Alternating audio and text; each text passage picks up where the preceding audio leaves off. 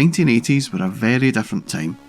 We didn't have mobile phones, social media, or the internet, and we all had parents who never really paid a damn when it came to film classification. As a young kid, some of my best memories were sitting in the living room with my parents, a bowl of sweets on the table, and a great family movie on the TV, whether it was Rambo or The Terminator. These were films that over 18s were meant to be watching, not a 10-year-old. And on one of those family nights, I remember watching Platoon and loving every minute of it. The story, the action, the soundtrack, everything about the movie was great. And if you haven't seen it, I strongly recommend you grab a copy of it and give it a watch. The premise of the film was about a Marine unit serving in Vietnam during the war. The main hero of the film, Chris, was played by Charlie Sheen, and the film documented his thoughts and diary entries of what life was like serving in Vietnam, and during the course of the film, he began to question the morality of man, and how war can change a man forever, and that the fight between good and evil wasn't just against the Viet Cong, but it was within humanity itself. Now, obviously, as this was a film in the 80s, it was obvious that it was going to have a game made about it for the home micros. Ocean Software would snap up movie licenses at an early stage, as it was much cheaper to do it then, and then produce a game on the movie, with some very mixed results indeed.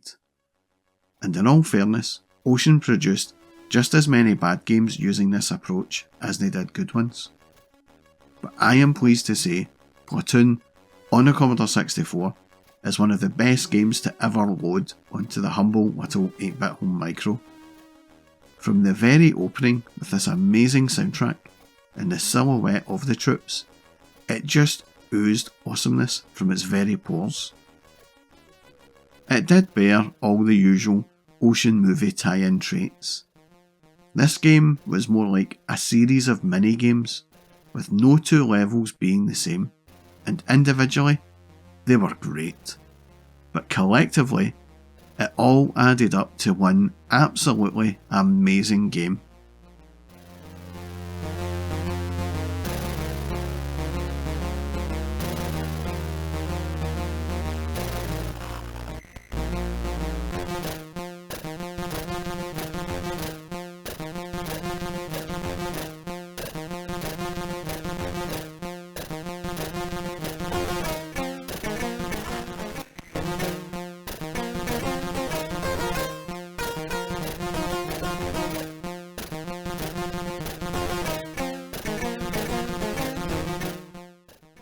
The opening level is like a sideways maze game, where you control a marine as he navigates through the jungle in order to find explosives to blow up a bridge, and then find the opening to the tunnel system.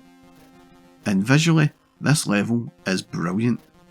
The animation on the marine is excellent, as he moves his head back and forth and sways the gun from side to side as he walks. And with the jungle getting even darker the more you progress into it, it did create the feeling that you were really there, and the closer you got to the bridge, the lighter the whole thing gets. It's the small, simple things like that. These are taken for granted now, but back then, it was superb. And apologies for the messed up text here. This kind of thing was very common back in the day. Sometimes games would load, and sometimes not, and on occasion it would load, but with issues, like you see here.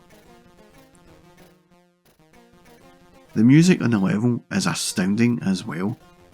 The SID chip has been responsible for producing some iconic tunes on the Commodore 64, and this level tune is absolutely superb. The sound effects are a little lacking, that is to say, there aren't any, unless you count the sound of the scream he makes when injured, but it sounds more like he has stubbed his toe than been shot. The next level, in the tunnels, is a joy to behold on a Commodore. This maze of tunnels is great. I mean, you won't get sprite scaling or anything in them, and you do spend more time looking at the map than the screen of the tunnel. But back then, it was mightily impressive, and the details on the enemy soldiers is great. And when you enter the little rooms and look around, you get some entertaining comments. The music again on this level is great, and I think it really does add to the sense of fear and claustrophobia you get from the tunnel systems. But by far, the best tune for me is the tune from the bunker level.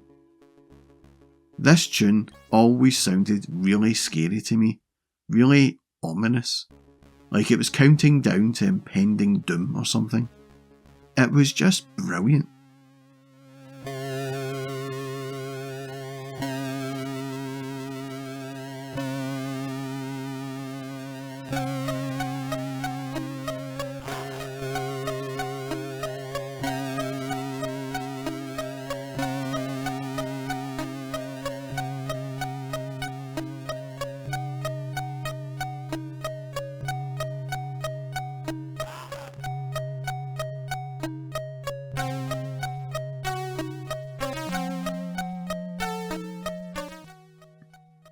The visuals on that level are not up to the rest of the game, but it's forgivable, especially when you consider the scene it was trying to replicate.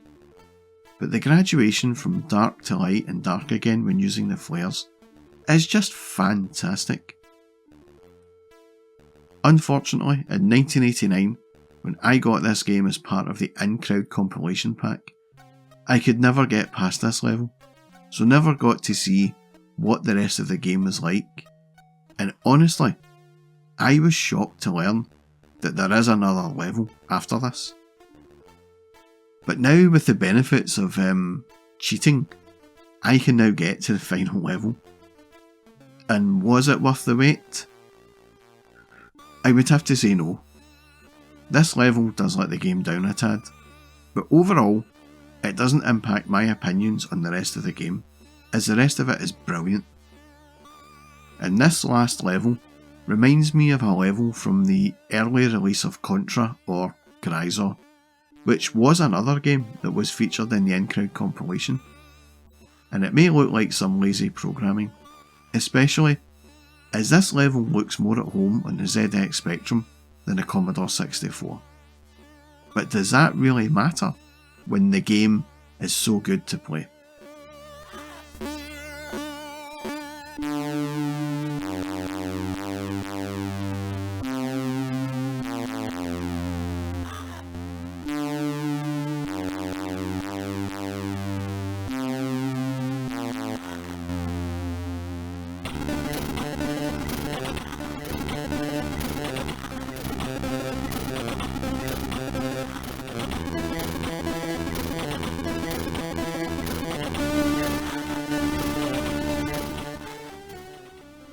When I got the in-crowd compilation for Christmas 1989, my Commodore 64 was beginning to gather dust as I shifted my focus more to the Sega Master System. But I know that my mum paid less than £10 for this compilation pack, and there were loads of great games in this pack, so this made Platoon seem even more like a bargain. And that is just as well, as the game is fairly small, and it only takes about 20 minutes to complete. So paying full price might have been a bit of a sting, but for about £1.50, it was well worth it. The movie the game was based on was harsh, but a very honest look at the spoils of war and the sheer brutality of it all. The game, on the other hand, made it seem light-hearted, and when playing, you forget you are playing a game where some poor, unfortunate soul really did suffer in real life. But as the action was not as violently portrayed in the game as it was in real life, you get lost a little. But it's important to remember the sacrifice given by so few for so many. And that was my look back at Platoon on a Commodore 64. If you like this video, then please do give me a sub and a thumbs up, or maybe even a comment or two about your memories of Platoon, either the game or the film. And a massive thank you as always to everyone who's commented on or subscribed to my channel. Your feedback and support really does go a long way in helping the channel grow, and I do appreciate all of the feedback. So it's a massive thank you from me. And that's all from me, folks. Thanks for watching.